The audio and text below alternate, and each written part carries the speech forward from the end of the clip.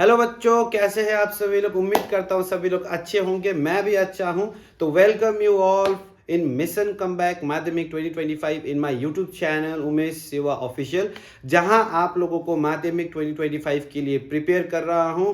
तो अभी तक मैंने चैप्टर 1 का जितना भी है सभी कंप्लीट कर लिया है। उम्मीद करता हूं आप लोगों ने चैप्टर 1 अच्छे से देखे होंगे अगर और समझ भी लिए होंगे।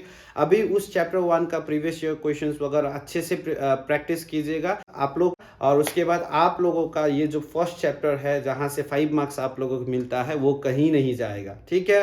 अभी उसके बाद मैं दूसरा चैप्टर शुरू करने वाला हूं, वह है एटॉमिक न्यूक्लियस, जो कि फिजिक्स सेक्टर से है। तो एटॉमिक न्यूक्लियस में बहुत सारा हम लोगों को पढ़ना है, तो मैं उतना डिटेल्स में नहीं जाऊंगा, आप लोगों को एग्जाम ओरिएंटेड बताने वाला हूं। बिना टाइम वेस्ट करके चलिए शुरू करते हैं। ओके, एटॉमिक न्यूक्लियस चैप्टर में सबसे पहले आप लोगों को जानना है न्यूक्लियस क्या होता है। आप लोगों को पता होगा जितना भी स्टेट्स ऑफ मैटर है, सॉलिड, लिक्विड एंड गैस, वो हर एक चीज बना है एटम से बना है, ठीक है। एटम का जो सेंटर होता है ना, सेंटर को हम लोग बोलते हैं न्यूक्लियस बोलते हैं। क्या बोलते हैं? सेंटर को न्यूक्लियस बोलते हैं। Centre of the atom is called a nucleus. और आप लोगों को बता दूं, न्यूक्लियस के अंदर हमेशा प्रोटॉन एंड न्यूट्रॉन होते हैं। कौन होते हैं? Proton and neutron. और प्रोटॉन का हमेशा चार्ज पॉजिटिव होता है, न्यूट्रॉन का कोई भी चार्ज नहीं होता है। सिमिलरली अगर आप लोग न्यूक्लियस के बाहर देखें तो न्यूक्लियस के बाहर हम लोगों का होता है इलेक्ट्रॉन होता है। क्या होता है? इलेक्ट्रॉन होता है। न्यूक्लियस के बाहर क्या होता है? इलेक्ट्रॉन होता है, जिसका चार्ज क्या होगा? माइनस होगा, ठीक है। सबसे बेसिक्स नॉलेज आप लोगों को ये होना चाहिए। और दूसरा पॉइंट आप लोगों को क्या याद करना है? मास, एटॉमिक मास जो है, मास हमेशा याद करना। हम लोग मास कैसे कैलकुलेट करते हैं? जनरली मास मतलब number of proton plus number of electron, ठीक है। ये आप लोगों को याद करना है। और हमेशा याद रखिए, ये जो एटॉमिक नंबर है ना, एटॉमिक नंबर किसको बोला जाता है? एटॉमिक नंबर बोला जाता है नंबर ऑफ प्रोटॉन या नंबर ऑफ इलेक्ट्रॉन को हम लोग क्या बोलते हैं? एटॉमिक नंबर बोलते हैं। तो ये जो 3 कॉन्सेप्ट है आप लोगों को याद करना है। तो इसके बाद हम लोग शुरू करते हैं हम लोगों का एटॉमिक न्यूक्लियस चैप्टर का जर्नी, जहां हम लोग सबसे शुरू में पढ़ेंगे डिस्कवरी। देखिए, हम लोगों का एक फ्रेंच साइंटिस्ट था जो कि 1896 में एक एक्सपेरिमेंट कर रहे थे यूरेनियम सॉल्ट के ऊपर। तो यूरेनियम सॉल्ट के ऊपर अगर हम लोग एक्सरे डाल दे तो किस प्रकार का रिजल्ट मिलेगा, ये एक्सपेरिमेंट कर रहे थे। लेकिन उसने क्या ऑब्जर्व किया? यूरेनियम सॉल्ट अपने आप में से एक रेडिएशन निकाल रहा था जो कि स्पॉन्टेनियस रेडिएशन था, ठीक है। तो उसी रेडिएशन, उसी फिनोमेना, उसी प्रोसेस को बाद में जाके मैडम क्यूरी एंड उसका हस्बैंड ने नाम दिया न्यूक्लियर रेडियो एक्टिविटी। तो यहां से शुरू होता है ये रेडियो एक्टिविटी का जर्नी। तो चलिए समझते हैं रेडियो एक्टिविटी का मतलब क्या होता है। पहले डेफिनेशन देख लेते हैं। Radio activity is a nuclear phenomena of spontaneous emission of alpha, beta and gamma radiation from the nuclei of heavier atoms with atomic number more than 82। इसका मतलब क्या है? यानी कि रेडियो एक्टिविटी एक ऐसा न्यूक्लियर फिनोमिना है जिन न्यूक्लियर फिनोमिना के मदद से हैवियर एटम का न्यूक्लियस से हमेशा रेडिएशन निकलते हैं, जो radiation alpha, beta and gamma radiation है। ओके, वो कौन सा एलिमेंट है जिसमें हम लोग रेडियो एक्टिविटी फिनोमिना देखने को मिलता है? रेडियो एक्टिव एलिमेंट का नाम है यूरेनियम। सबसे पहले कौन है? यूरेनियम। और उसके बाद रेडियम, उसके बाद पोलोनियम, और उसके बाद थोरियम, और उसके बाद एक्टिनियम। ये आप लोगों को याद करना है। हम लोग देखने वाले हैं properties of alpha, beta and gamma radiation, ठीक है। एकदम टेबुलर फॉर्म में देखेंगे and this is very important. आप लोगों को ये याद करना ही करना है। ओके, तो देखते चलिए। तो प्रॉपर्टीज का अगर हम लोग बात करेंगे, सबसे पहला नेचर देखेंगे, ठीक है। अल्फा रेस जो है वो हीलियम पार्टिकल जैसा बिहेव करेगा, बीटा रेस जो है वो फास्ट मूविंग इलेक्ट्रॉन है, और गामा रेस जो है वो हाईली एनर्जेटिक इलेक्ट्रोमैग्नेटिक वेव है। ओके, दूसरी चीज पढ़ते हैं चार्ज। आप लोग समझ सकते हैं ये जो अल्फा रेज है ये हीलियम पार्टिकल जैसा बिहेव करता है, यानी कि इसका चार्ज होगा पॉजिटिव चार्ज होगा। क्या होगा? Positive charge. अगर आप लोग वैल्यू देखिए तो 3.2 इंटू 10⁻⁻19, जो कि इलेक्ट्रॉन का चार्ज का ऑलमोस्ट डबल है। ओके, और उसके बाद बीटा रेज का अगर हम लोग बात करेंगे, बीटा रेज हमेशा नेगेटिव चार्ज रहता है और इसका चार्ज इलेक्ट्रॉन का चार्ज का बराबर रहता है। अगर गामा रेज का पूछा जाए तो गामा रेज का कोई भी चार्ज नहीं होता है, क्योंकि ये फोटोन्स है। ओके, ये क्या है? फोटोन है।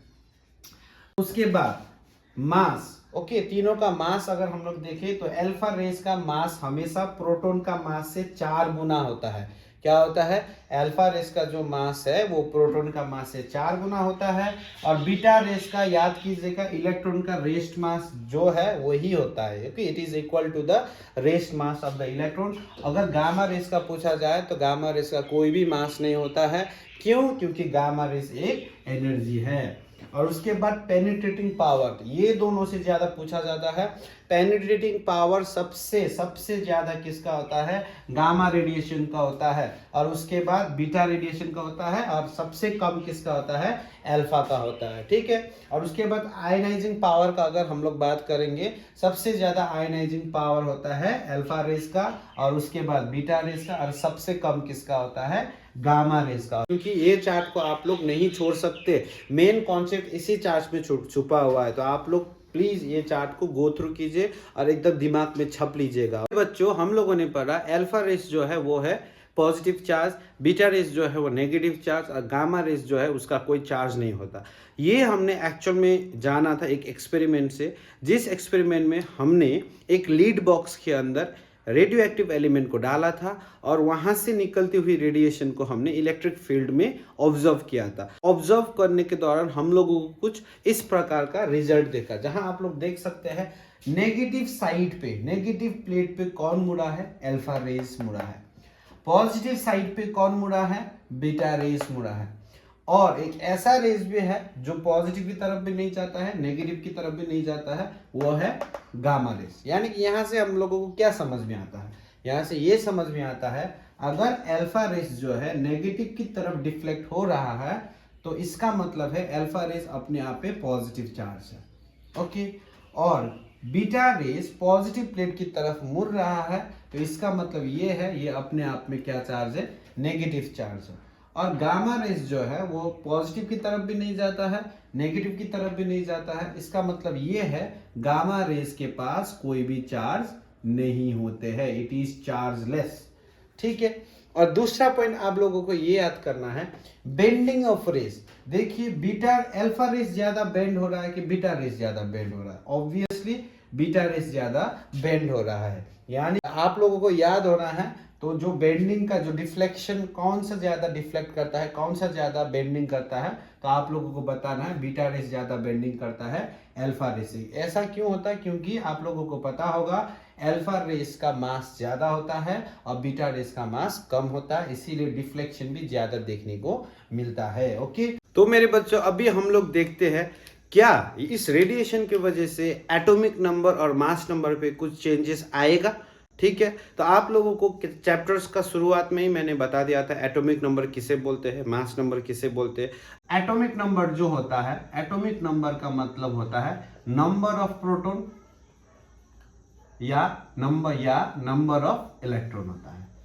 ठीक है, आप लोगों को मास नंबर पता हो तो ये है number of proton plus number of electron. तो इस रेडिएशन के वजह से इन दोनों में कुछ चेंजेस देखने को मिलेगा या नहीं? ये तो यस, इस रेडिएशन के वजह से, इस अल्फा बीटा और गामा रेडिएशन के वजह से मास नंबर और एटॉमिक नंबर में हम लोगों को कुछ चेंजेस देखने को मिलेगा। लेकिन ये पढ़ने से पहले आप लोगों को एक साइंस का लॉ बता दूं, जिस लॉ के हिसाब से क्या बोलते हैं, in any nuclear reaction the total atomic number and total mass number is always remains constant। याद रखना, भला ही हम लोगों को चेंज होता हुआ दिखाई दिया हो, लेकिन हमेशा अगर हम लोग टोटल करेंगे तो हमेशा कंजर्व होना चाहिए, कंस्टेंट आना चाहिए, फिक्स होना चाहिए। इसी को हम लोग बोलते हैं loss of conservation of mass. यानी कि चेंजेस किस प्रकार से होगा ये देखते हैं। इट इज वेरी इजी, आप लोगों को याद करना है, आता है यहां से। तो सबसे पहले क्वांटिटी में देखेंगे जो कि एटॉमिक नंबर है, ठीक है, जिसको हम लोग जेड से डिनोट करते हैं। तो एटॉमिक नंबर जो है, एटॉमिक नंबर फिर से बोलूंगा, एटॉमिक नंबर मतलब नंबर ऑफ प्रोटॉन या नंबर ऑफ इलेक्ट्रॉन, ठीक है। तो एटॉमिक नंबर पे किस प्रकार का चेंजेस आएगा, अगर हम लोग अल्फा का बात करेंगे तो जब अल्फा रेडिएशन होगा किसी भी एलिमेंट का जो है एटॉमिक नंबर 2 यूनिट से घटेगा, ठीक है। और बीटा का अगर मैं बात करूं तो 1 यूनिट से बढ़ेगा और गामा में कोई भी चेंज देखने को नहीं मिलेगा। और हम अगर मास नंबर का बात करें, यानी कि मास नंबर मतलब सम ऑफ प्रोटॉन एंड इलेक्ट्रॉन, ठीक है। अगर हम लोग मास नंबर का बात करें तो अल्फा पार्टिकल्स में ये 4 यूनिट से घटेंगे, ओके। और उसके बाद बीटा में कोई चेंजेस देखने को नहीं मिलेगा और गामा में चेंजेस देखने को नहीं मिलेगा। तो आप लोग प्लीज ये चार्ट्स अच्छे से पढ़ लीजिएगा और ये चार्ट में आप लोग कंफ्यूज नहीं होना है। It is very simple to remember. सबसे पहला तो गामा से शुरू कीजिए। गामा में ना तो मास चेंज होता है ना तो एटॉमिक नंबर चेंज होता है, ठीक है। और देखिए जो अल्फा है, अल्फा में खाली घटता ही है, ओके। यानी कि आप लोग अगर बात करेंगे एटॉमिक नंबर तो एटॉमिक नंबर 2 यूनिट से घटता है और मास नंबर 4 यूनिट से घटता है, ठीक है। और अकेला रहा कौन, बीटा। बीटा में खाली एटॉमिक नंबर 1 यूनिट से घटता है लेकिन मास नंबर पे कोई चेंजेस देखने को नहीं मिलता है, ओके। एमिशन का बात करूंगा तो हम लोगों को पता है अल्फा एमिशन में एटॉमिक नंबर 2 यूनिट से घटता है और मास नंबर 4 यूनिट से घटता है। तो इसका उदाहरण ये है। फॉर्मेट अगर देखा जाए तो कोई भी रेडियो एक्टिव एलिमेंट जिसका देखिए हमेशा एटॉमिक नंबर नीचे लिखा जाता है और मास नंबर ऊपर लिखा जाता है, ठीक है। तो एटॉमिक नंबर जो है 2 से घटता है यानी कि Z-2, ठीक है। और मास नंबर 4 से घटता है यानी कि A-4। और साथ में निकलता है क्या है, हीलियम निकलता है, क्योंकि हमने शुरू में ही पढ़ा था alpha particles is a helium particle, okay. अगर इसका हम लोग परफेक्ट एग्जांपल देखें तो यूरेनियम 92-238 को अगर हम लोग लेंगे तो ये अल्फा एमिशन होने के बाद ये 92 कितना से घटे, यानी कि एटॉमिक नंबर कितना से घटेगा, 2 से घटेगा। तो 92 में 2 घटाएंगे तो 90 आएगा, राइट। और 230 और मास नंबर 4 से घटेगा यानी कि 238 में अगर 4 घटाएंगे तो 234 हो जाएगा जो कि थोरियम का है। और साथ में हम लोगों को क्या रिलीज करेगा, हीलियम रिलीज करेगा। तो कंजर्वेशन ऑफ मास में हमने क्या पढ़ा था, total number of atomic number and total number of mass number is always same बोला था ना। तो इस तरफ देखिए हम लोगों का जो है एटॉमिक नंबर 92 है। राइट तरफ भी अगर हम लोग जोड़ेंगे तो 90 + 2 कितना होगा, 92 होगा। और मास इधर कितना है, 238 है। इधर भी अगर हम लोग जोड़ेंगे तो कितना होगा, 238 होगा। यानी कि हम लोगों को खाली चेंजेस हुआ दिखाई देता है। अगर हम लोग सम करेंगे तो एटॉमिक नंबर और मास नंबर हमेशा सेम रहता है। मेरे बच्चों, बीटा एमिशन में यानी कि बीटा रेडिएशन में किस प्रकार से होता है, the atomic number is increase by 1 unit. यानी कि बीटा रेडिएशन में हम लोगों को पता है एटॉमिक नंबर 1 यूनिट से बढ़ता है और मास नंबर में कोई भी चेंजेस नहीं होता है, इट रिमेन्स दी सेम। अगर हम लोग फॉर्मेट देखें तो ये एक रेडियो एक्टिव एलिमेंट है जिसमें बीटा रेडिएशन हो रहा है। कौन सा रेडिएशन हो रहा है, बीटा रेडिएशन हो रहा है, जिसके वजह से हम लोगों को पता है एटॉमिक नंबर 1 यूनिट से बढ़ जाते हैं। यानी कि पहले Z था तो अभी क्या होगा, Z+1 होगा। और मास नंबर पहले जितना था उतना ही होगा क्योंकि mass number remains the same. और साथ में क्या निकलते हैं, इलेक्ट्रॉन निकलते हैं। हम लोगों को पता ही है beta radiation is a particle of electron, है ना। और उसके बाद एग्जांपल्स के रूप में अगर हम लोग देखें तो अगर कार्बन 614 को अगर हम लोग लेंगे तो हम लोगों को पता है जो बीटा रेडिएशन होगा उसमें एटॉमिक नंबर जो होगा, एटॉमिक नंबर 1 यूनिट से बढ़ेंगे, दैट इज 6 + 1 इज 7 होंगे। और मास नंबर जैसा है वैसा ही होगा, दैट इज 14 होगा। और साथ में एक इलेक्ट्रॉन निकलेंगे। तो अभी आप लोगों को समझ में आ गया होगा अल्फा और बीटा रेडिएशन में मास नंबर और एटॉमिक नंबर किस प्रकार से चेंजेस होंगे। अभी हम लोग थोड़ा यूनिट के ऊपर ध्यान करते हैं। तो ये जो रेडियो एक्टिविटी है इसका यूनिट हमेशा याद कीजिएगा, इसका SI यूनिट जो है वो हम लोगों का बैक्यूरियल है, जिसको हम लोग B से डिनोट करते हैं, ठीक है। और इसके बाद आप लोग एक बात नोट कीजिएगा, 1 बैक्यूरियल बराबर 1 डिसइंटीग्रेशन पर सेकेंड होता है या 1 इवेंट पर सेकेंड, यानी कि 1 सेकेंड में 1 इवेंट, ठीक है। और इसका कॉमन यूनिट्स भी है जिसको हम क्यूरी बोलते हैं। और इसको अगर हम लोग 3 भाग में डिवाइड करें तो 1 क्यूरी बराबर 3.70 × 10⁻10 डिसइंटीग्रेशन पर सेकेंड होता है। 1 मिली क्यूरी बराबर 10⁻³ क्यूरी और 1 मैक्रो क्यूरी बराबर 10⁻6 क्यूरी होगा, ठीक है। ये आप लोग याद कीजिएगा, ठीक है। और 1 यूनिट रदरफोर्ड बराबर होता है 10⁶ डिसइंटीग्रेशन पर सेकेंड। लेकिन आप लोगों को बता दूं, यूनिट में से सबसे इंपॉर्टेंट यूनिट ये आप लोग याद कीजिएगा, ठीक है। और ये भी अगर याद कर सकते हैं तो याद कर लीजिएगा, लेकिन सबसे इंपॉर्टेंट क्या है, बैक्यूरियल, क्योंकि ये हम लोगों का रेडियो एक्टिविटी का ऐसा यूनिट है, ठीक। जो ये जो क्वेश्चन है most important questions of this chapter है, तो ये क्वेश्चंस का डेफिनेशन हर एक स्टूडेंट को याद करना ही करना है, ओके। लेकिन समझ के पढ़िए, ओके। तो देखिए, radioactivity is considered as a nuclear phenomena. हम लोगों को पता है, डेफिनेशन में ही हमने पढ़ा है, radio activity is a nuclear phenomena. तो इसको न्यूक्लियर फिनोमिना क्यों बोलते हैं, देखिए, because expulsion of an alpha particle produces a new nucleus of an atom with atomic number less by 2 unit and mass number by 4 unit than the original nucleus। ये alpha emission होता है, उस emission के दौरान जो नया nucleus बनता है ना, उस न्यूक्लियस का एटॉमिक नंबर 2 यूनिट से कम होता है और मास नंबर 4 यूनिट से कम होता है ओरिजिनल पेरेंट न्यूक्लियस के कंपैरिजन पे। और दूसरी बात, जब बीटा एमिशन होता है और mass number remains the same, यानी कि कहना क्या चाहते हैं, कहना ये चाहते हैं इस एमिशन के वजह से, इस रेडियो एक्टिव रेस के एमिशन के वजह से जो पेरेंट न्यूक्लियस है, यानी कि जो रेडियो एक्टिव पेरेंट न्यूक्लियस है, उसका स्ट्रक्चर पूरा चेंज होके कंप्लीटली नया एलिमेंट बन जाता है। क्या बन जाता है, नया एलिमेंट बन जाता है। जैसे कि यूरेनियम में अल्फा पार्टिकल एमिशन होने से थोरियम बन रहा था, कार्बन में बीटा पार्टिकल एमिशन होने से नाइट्रोजन बन रहा था। तो कंप्लीटली ओरिजिनल एलिमेंट चेंज होके नया न्यूक्लियस बन रहा था। इसीलिए मेरे बच्चों, इस फिनोमिना को हम लोग क्या बोलते हैं, न्यूक्लियर फिनोमिना। मेरे बच्चों, ये जो रेडियो एक्टिव डीके है, रेडियो एक्टिव एमिशन है ना, इस प्रोसेस को बढ़ाने के लिए, स्लो करने के लिए, ज्यादा मात्रा में कराने के लिए कुछ फैक्टर्स वगैरह से इफेक्ट होंगे। रेट ऑफ डीके है, ये कभी भी फिजिकल चेंज और केमिकल चेंज से इफेक्ट नहीं होते। आप जितना भी प्रेशर चेंज कर लो, जितना भी टेम्परेचर चेंज कर लो, कुछ फर्क नहीं होने वाला है रेट ऑफ डीके के ऊपर, ठीक है। फिजिकल चेंज के साथ साथ केमिकल चेंज भी इफेक्ट नहीं करते हैं। जैसे कि आप जितना भी हीट बढ़ा लो या जितना भी इसको ठंडा कर लो, ठंडा वेरिएशन कर, या ऑक्सीडेशन रिएक्शन करवा लो, या इसमें इलेक्ट्रिक फील्ड और मैग्नेटिक फील्ड कर दो, है ना, लगा दो, इससे ये रेट में कुछ भी चेंजेस आने को नहीं दिखते हैं, ठीक है। तो ये जो फिजिकल फैक्टर्स है, केमिकल फैक्टर्स है, ये रेट ऑफ डीके में कोई भी इफेक्ट नहीं करते हैं। आप लोगों को ध्यान रखना है, फिर से दोबारा रिपीट कर रहा हूँ, ये जो रेडियो एक्टिव एलिमेंट्स वगैरह जो डीके होते हैं, है ना, जो अल्फा एमिशन, बीटा एमिशन, ये जो एमिशन होता है, ये एमिशन को जल्दी कराने के लिए, स्लो कराने के लिए क्या फिजिकल चेंज और केमिकल चेंज रिस्पॉन्सिबल होगा? बिल्कुल नहीं होगा, क्योंकि ये प्रोसेस जो न्यूक्लियर प्रोसेस है, this process are not affected by any physical change और केमिकल चेंज। ओके। तो अभी हम लोग पढ़ेंगे how beta particles, that is fast moving electrons, are emitted from the nucleus, यानी कि बीटा पार्टिकल्स कैसे एमिट होता है, ओके, बीटा डीके कैसे होता है। तो सबसे पहले इधर पढ़िए, beta particles are emitted from all the nuclei which have too many neutrons and protons. So in order to maintain conservation of electric charge, one of the neutron is transformed into proton and vice versa.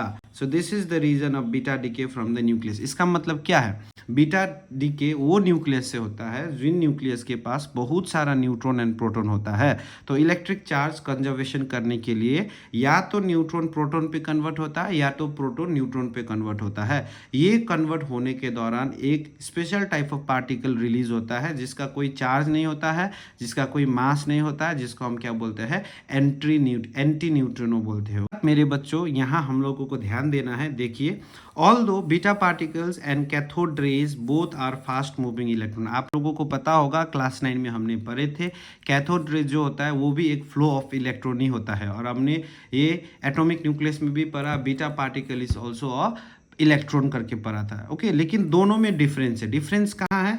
जो beta particle है वो radio active element का nucleus के अंदर से होता है, तो ये जो कैथोड रे है ये ऑर्बिटल इलेक्ट्रॉन से होता है, ओके। तो ये डिफरेंस आप लोगों को याद करना है। और उसके बाद आप लोगों को क्या याद करना है? After the emission of alpha and beta particles, the nucleus of radioactive element acquire a state of excitation where they possess excess energy। यानी कि जब अल्फा और बीटा पार्टिकल्स का जब डिके होता है, जब एमिशन होता है कोई भी रेडियो एक्टिव एलिमेंट से, उस दौरान ये एमिशन होने के बाद वो न्यूक्लियस जो है वो बहुत एक्साइटेशन स्टेट पे होता है। कैसा स्टेट पे होता है? एक्साइटेशन स्टेट पे होता है। क्यों? क्योंकि उन लोगों के पास बहुत सारा एनर्जी होता है। तो इस एनर्जी को यानी कि स्टेबिलिटी पाने के लिए the excess energy is release in the form of, यानी कि ये जो एक्साइटिंग न्यूक्लियस है ये स्टेबिलिटी गेन करने के लिए ये जो एक्सेस एनर्जी जो है वो रिलीज कर देता है किसके फॉर्म पे? इलेक्ट्रोमैग्नेटिक रेडिएशन के फॉर्म पे रिलीज कर देता है, जिसको हम प्यार से क्या बोलते हैं? गामा रेडिएशन बोलते हैं। क्या बोलते हैं बच्चों?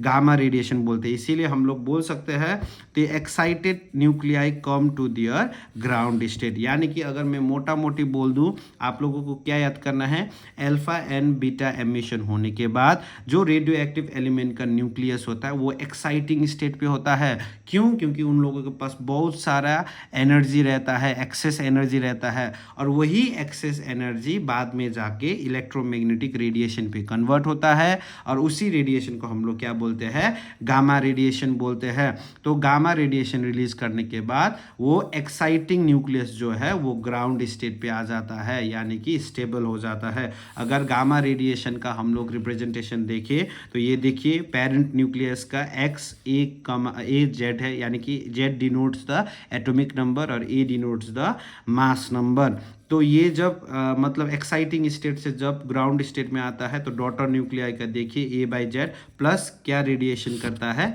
गामा रेडिएशन रिलीज करता है। तो आई होप इधर देख सकते हैं पेरेंट न्यूक्लियस एक्साइटिंग स्टेट में है और डॉटर न्यूक्लियस ग्राउंड स्टेट में है। ओके, तो ये बच्चों आप लोगों को हमेशा पूछा जाएगा कि एक्स रेज और गामा रेज में क्या अंतर है। तो आप लोग को ध्यान देना है, एक्सरे जो है एक्सरे एमिट होता है जब इलेक्ट्रॉन अपना इनर ऑर्बिट्स पे ट्रांजिशन करता है, यानी कि एक ऑर्बिट से दूसरा ऑर्बिट पे जब ये मतलब ट्रांसफ़र होता है या एक ऑर्बिट से दूसरा ऑर्बिट में जब अपना पोजीशन चेंज करता है, उस दौरान हम लोगों का एक्सरे एमिट होता है। लेकिन ये जो गामा रेडिएशन है, गामा रेडिएशन हमेशा जब एक्साइटेड न्यूक्लियाई जो है वो ग्राउंड स्टेट में आ जाता है, उस दौरान हम लोगों का गामा रेडिएशन रिलीज होता है। ओके, अभी हम लोग पढ़ते इसका यूजेस। ठीक है, कहाँ कहाँ रेडियो एक्टिविटी का यूजेस होता है। ठीक है, तो सबसे पहला यूजेस है हम लोगों का मेडिकल फील्ड। ये बच्चों आप लोगों को एकदम याद करना है। ओके, तो मेडिकल फील्ड का अगर हम लोग बात करें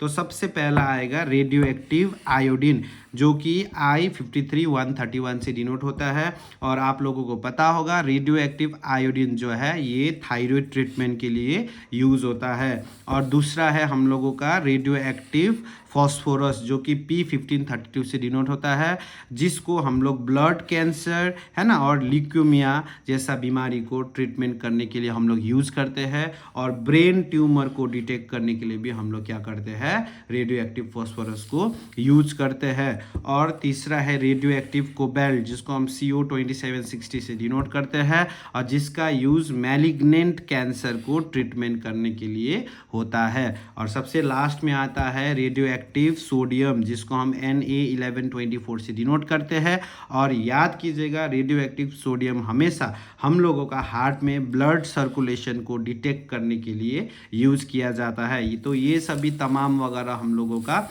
मेडिकल फील्ड में जितना भी रेडियो एक्टिविटी का यूजेस है वो करने के लिए हम लोग रेडियो एक्टिविटी यूज़ करते हैं। और नंबर 2 हम लोगों का है एज डिटर्मिनेशन। ओके, तो determine the age of dead microorganisms क्या करते हैं?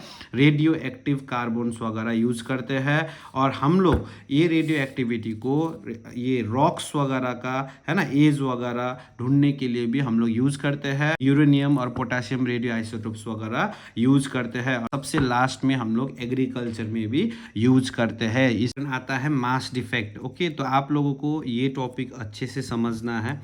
देखिए क्या होता है, हम लोगों का जो न्यूक्लियस होता है ना, न्यूक्लियस के अंदर हम लोगों का क्या होता है? प्रोटॉन एंड न्यूट्रॉन होता है। ठीक है, तो जब हम लोग देखिए प्रोटॉन का मास और न्यूट्रॉन का मास वगैरह जब हम लोग सम करते हैं, उसका जो टोटल मास आता है वो न्यूक्लियस का मास बराबर नहीं होता है। ठीक है, कुछ ना कुछ हम लोगों को मास डिफेक्ट देखने को मिलता है, मास डिफरेंस देखने को मिलता है, उसी को हम लोग क्या बोलते हैं, मास डिफेक्ट बोलते हैं। और इसको हम लोग डिनोट करने के लिए डेल एम से डिनोट करते हैं, जिसका फॉर्मूला क्या है, Z M P plus A minus Z M N minus M N.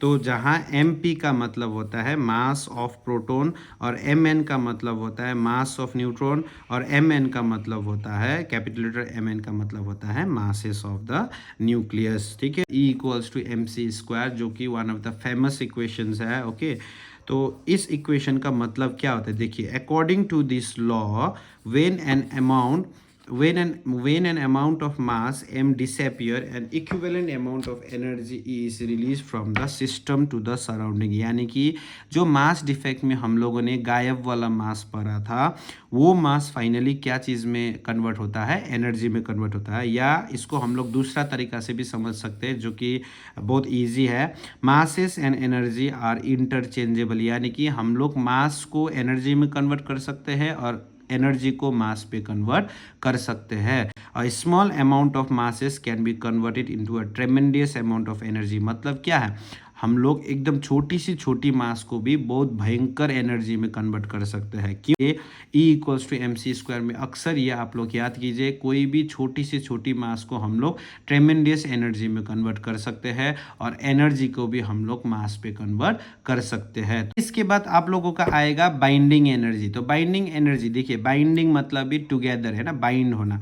तो amount of energy released when the nucleons bind together to form the nucleus of the atom। यानी कि nucleus के अंदर जो भी न्यूक्लियंस वगैरह है वो एक दूसरे में बाइंड करने के दौरान एक एनर्जी रिलीज करता है, जिस एनर्जी को हम लोग क्या बोलते हैं, बाइंडिंग एनर्जी बोलते हैं। और इसको हमेशा याद रखिएगा, इसको हमेशा मेगा इलेक्ट्रॉन वोल्ट में क्या करते हैं, मेजर करते हैं। यानी बाद आता है one of our favourite topic, जो है न्यूक्लियर फिशन। तो आप लोगों ने बाकी का ये चैप्टर में पढ़े ना पढ़े, ये न्यूक्लियर फिजन जरूर याद किया होगा। ठीक है, तो फिजन, तो आप लोग सबसे पहला मेरे को बताइए फिजन का मतलब क्या होता है।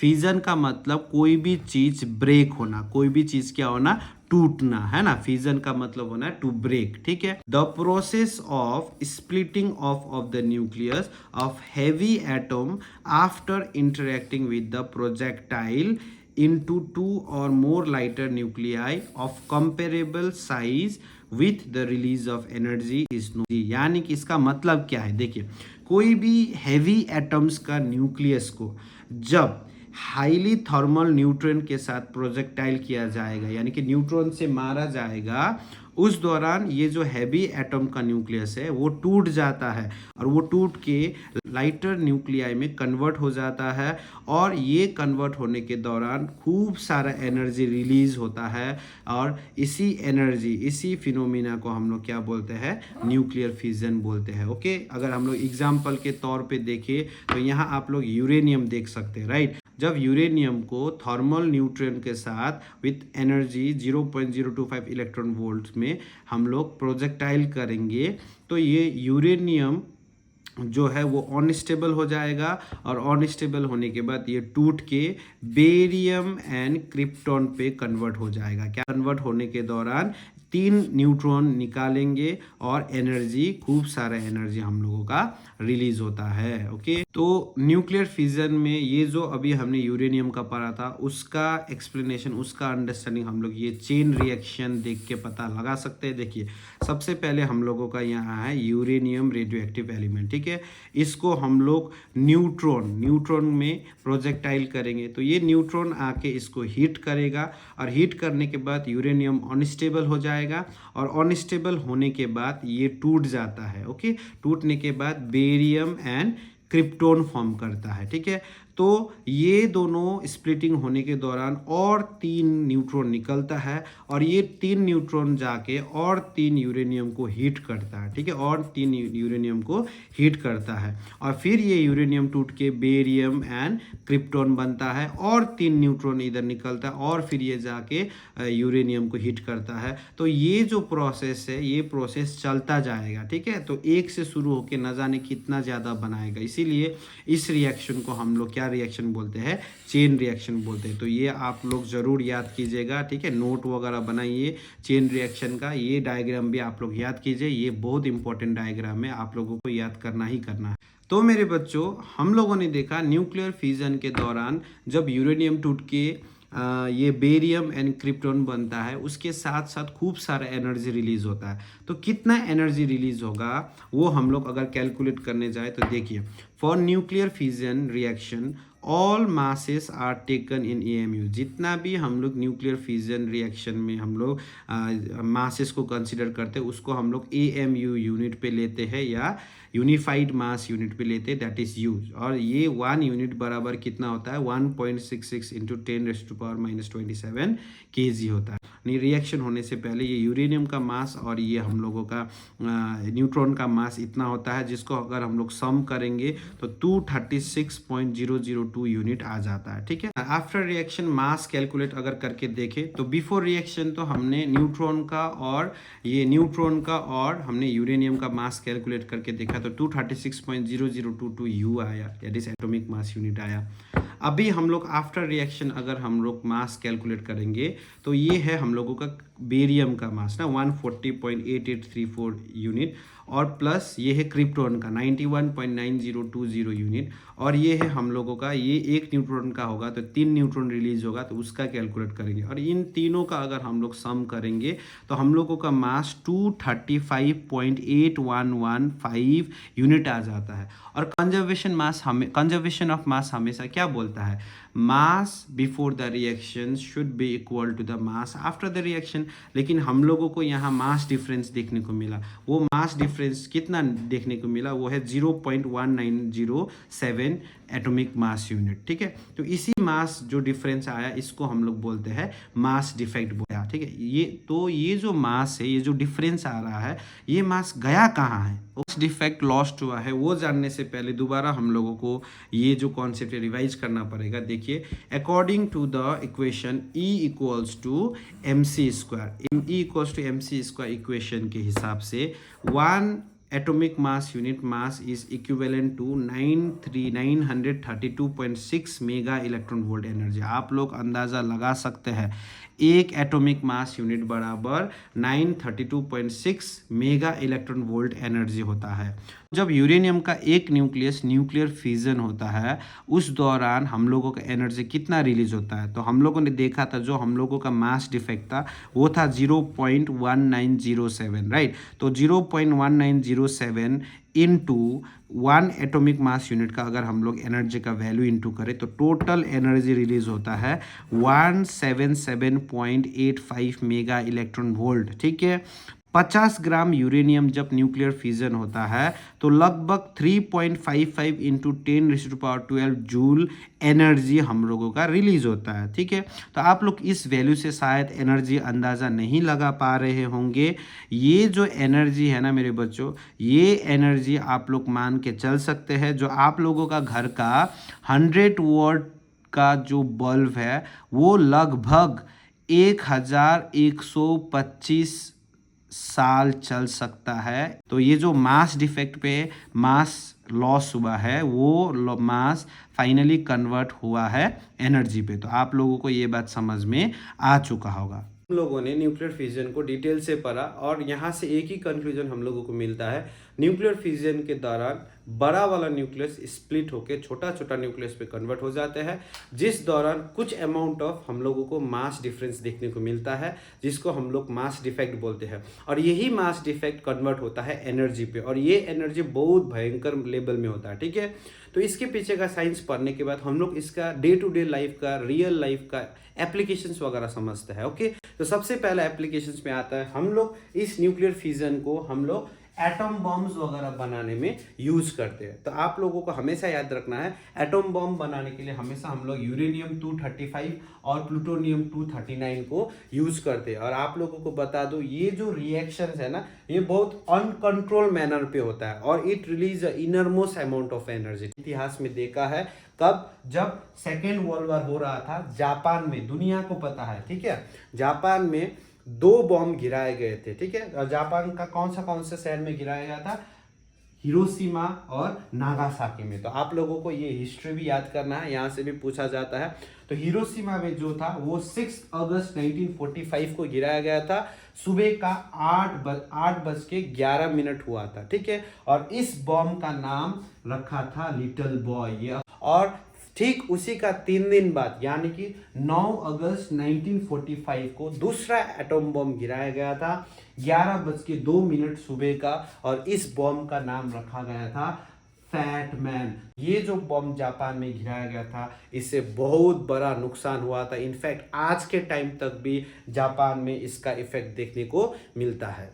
अभी ये जो न्यूक्लियर फिजन का एप्लीकेशन खाली एटम बम पे सोच के नहीं होगा, इसका पॉजिटिव साइड का एप्लीकेशन भी देखना पड़ेगा, ठीक है। साइड का अगर हम लोग बात करेंगे तो इस फ्यूजन के मदद से हम लोग एनर्जी के रूप में इस फ्यूजन को यूज भी कर सकते हैं, जैसे कि न्यूक्लियर रिएक्टर। देखिए न्यूक्लियर रिएक्टर क्या है? A nuclear reactor is a device in which a control nuclear chain reactions can be initiated and to produce energy. तो देखिए खाली इसका हम लोग एटम बॉम्ब्स वगैरह पर के इसका जो डैमेज पार्ट का एप्लीकेशन खाली देख के नहीं होगा, इसका यूजफुल पार्ट्स भी है एनर्जी प्रोड्यूस करने के लिए।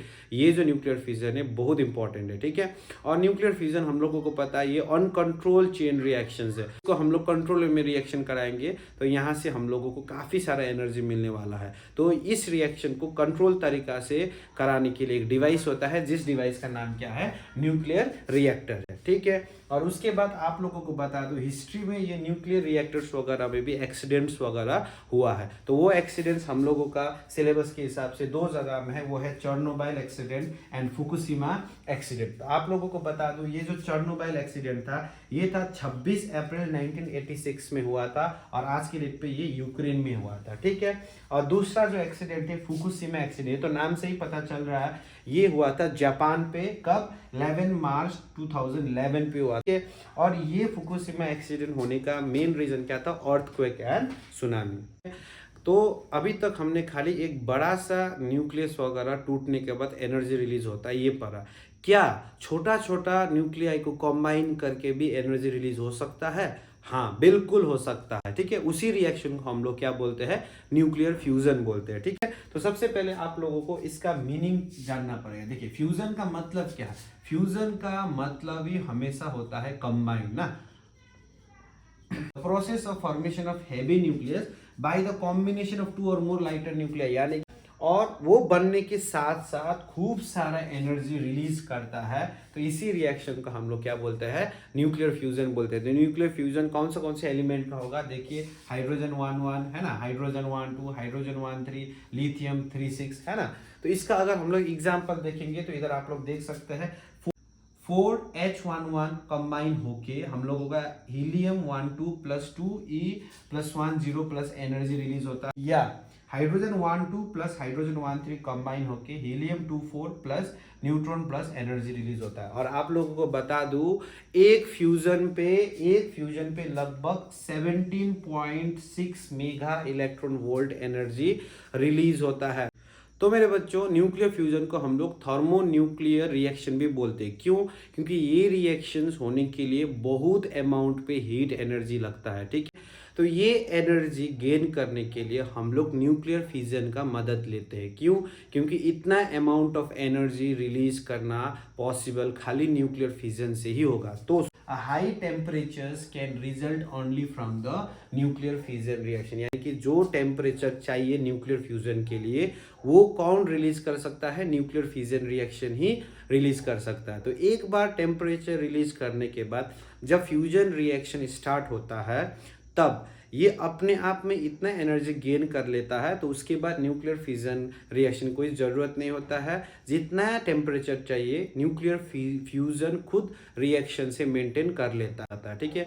तो इसके बाद आप लोगों को याद करना है कौन सा वाला में ज़्यादा एनर्जी रिलीज होता है। तो याद रखिएगा हमेशा न्यूक्लियर फ्यूजन पे जो एनर्जी निकलता है वो हमेशा न्यूक्लियर फ्यूजन से ज़्यादा होता है। बच्चों अभी हम लोग ऑलमोस्ट लास्ट पॉइंट पे आ चुके हैं। तो लास्ट में आप लोगों को क्या याद करना है, न्यूक्लियर फ्यूजन जो है वो चेन रिएक्शन नहीं है, आप लोगों को ये याद करना है। और न्यूक्लियर फ्यूजन कहाँ देखने को मिलता है, न्यूक्लियर फ्यूजन अक्सर जो एनर्जी सन से और स्टार से निकलता है वो बिकॉज ऑफ न्यूक्लियर फ्यूजन ही होता है। क्यों? क्योंकि न्यूक्लियर फ्यूजन हम लोगों को सन में और स्टार्स वगैरह में देखने को मिलता है, ठीक है। ये जो न्यूक्लियर फ्यूजन है उसका एप्लीकेशन हाइड्रोजन बम बनाने में हम लोग न्यूक्लियर फ्यूजन का इस्तेमाल करते हैं। और आप लोगों को बता दो ये जो सन एंड स्टार्स में है ना 90% almost 90% hydrogen and helium gas होता है। ओके, तो ये चीज थोड़ा आप लोग अपने आप में याद कर लेना। तो इसी के साथ हम लोगों का एटॉमिक न्यूक्लियस का चैप्टर भी खत्म हो चुका है। उम्मीद करता हूँ आप लोगों को ये चैप्टर्स मैंने जितना करा है, ये लेक्चर्स जो मैंने कराया है ये समझ में आया होगा। मैंने जितना हो सके सिंपल में रखा है, एग्जाम ओरिएंटेड रखा है। तो आप लोग एक बार गो थ्रू कीजिएगा, है ना। आप लोगों का अगर सिलेबस कंप्लीट हो गया है इस चैप्टर का तो आप लोग इसको रिवीजन के तौर पे भी देख सकते हैं। और मैं आप लोगों को एक रिक्वेस्ट करना चाहता हूँ, अगर ज़रूरत पड़े तो 2x का स्पीड पे देखिए, कोई दिक्कत नहीं।